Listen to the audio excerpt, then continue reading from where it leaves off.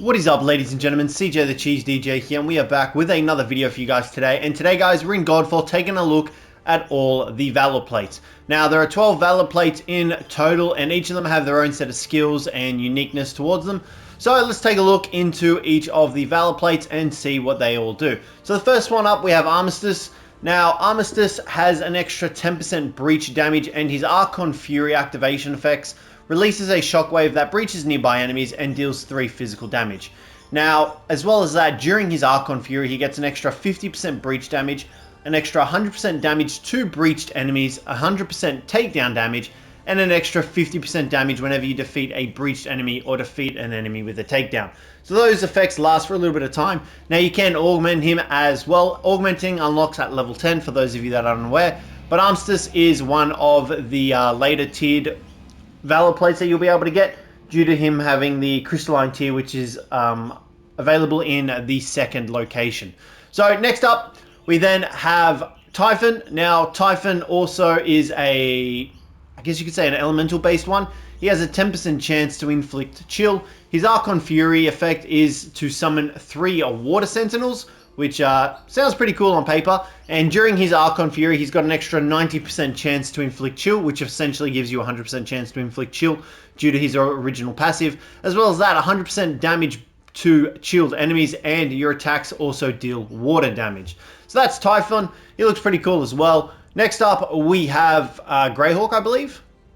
GREYHAWK it is, and GREYHAWK does an extra 10% Soul Shatter build-up, so that's where you chain your light attacks and your heavy attacks together.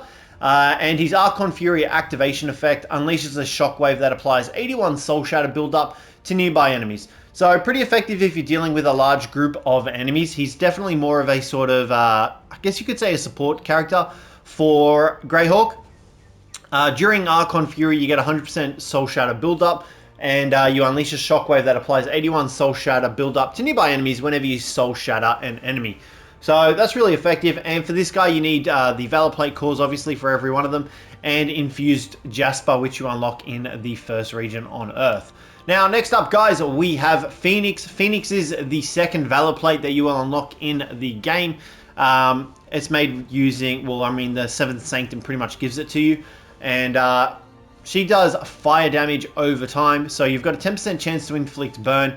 You have a 90% chance when you pop your Archon Fury and you unleash a wave of fire in front of you when you use your Archon Fury. So you definitely want to equip weapons that deal fire DPS, so make sure you try and synergize that with Phoenix's fire damage that she already does. And you see here, it tells you under the damage number what sort of DPS it deals. So let's move on to the next one. Next up, we have BULWARK. Now, BULWARK is definitely more of a DPS guy. He's got a 10% chance to inflict bleed. His Archon Fury activation effect is to summon 3 physical sentinels, which can protect you and deal damage. And during his Archon Fury, he has a 90% chance to inflict bleed and 100% damage to bleeding enemies, and your attacks deal physical damage. So even if you've got weapons that fire DPS, water DPS, they will deal physical damage. And Infused Jasper is found on Earth, so you'll be able to find and unlock BULWARK in the first area of the game. But there he is there in all his glory, very Taurusy bull-like. Let's move on to the next one. And the next one, we have MOEBIUS. Now, MOEBIUS is required from the etheric filaments, which are found in the third area of the game, the air area. And the Archon Fury activation effect is 3 Void Sentinels. You have a 10% chance to inflict Curse. During your Archon Fury, you have a 90% chance to inflict Curse, which obviously bumps it up to 100%. And you deal 100% damage to cursed enemies, and your attacks deal void damage, which is pretty cool. So you've got MOEBIUS there. Let's move on to the next slide, which honestly I think these are the coolest Valorplates out of the lot. First up, we have VERTIGO. So VERTIGO is a shock-based Valorplate, 10% chance to inflict shock. Upon your activation of the Archon Fury, you unleash a shockwave that deals 81 air damage. During your Archon Fury, an extra 90% chance to inflict shock, 100% damage to shocked enemies, and your attacks deal air damage. So definitely one of the cooler Valorplates to look at. And this guy as well is also the same. This one, we have AEGISHORN. Now, AEGISHORN, you take 5% less damage. His etheric filaments are the third area where you'll get those. His Archon Fury effect is to call forth 3 Spirit Warriors that aid you in battle, and during the Archon Fury, you and your nearby allies take 30% less damage, and whenever you are hit, you shoot 3 projectiles that deal 54 physical damage to nearby enemies. So AEGISHORN is definitely more of a support character, because do remember guys, this game is multiplayer, so you will be able to go out with 2 other Valorplates. Next up, we have ILLUMINA. ILLUMINA deals an extra 15% weak point damage. So when you attack a certain area of an enemy, they'll take extra damage. The Archon Fury activation effect unleashes a shockwave that deals 3 physical damage and reveals enemy weak points. During the Archon Fury, you unleash a shockwave every 3 seconds that deals 3 physical damage and reveals enemy weak points. You deal an extra 40% weak point damage and an extra 40% weak point damage whenever you perform a death blow. Once again, etheric filaments are found in the 3rd area of the game, so you'll need to wait till then to unlock her. Next up, we have HINTERCLAW. HINTERCLAW looks dope. Orb of Oblivion, we don't want to spoil it, but it's definitely at the end of the game, and you get an extra 5% critical hit chance with his passive.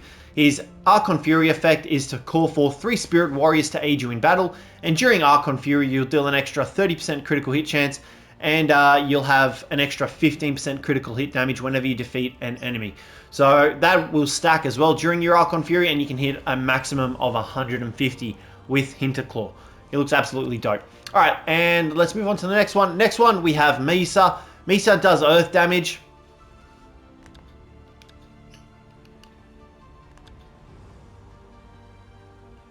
And she has a 10% chance to inflict poison.